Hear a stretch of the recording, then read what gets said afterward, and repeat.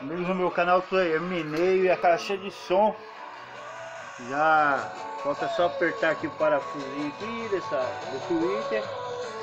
Caixinha de som, tudo de reciclado, né?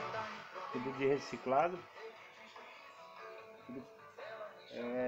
São materiais achados no lixo.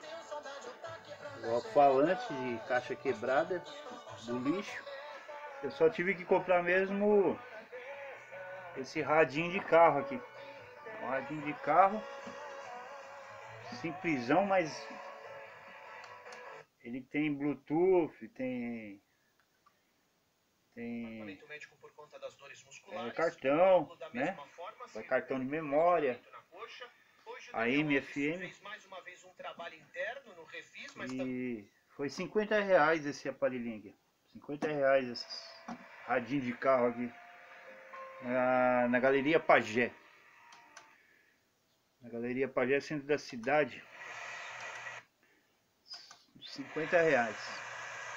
E tá ótimo. Tá ótimo. Um radinho bacana.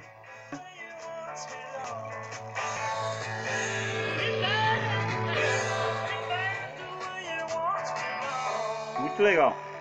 É isso aí. Bem-vindo ao meu canal. Se gostou, dê um joinha. Fique com Deus. Isso aí, vamos que vamos.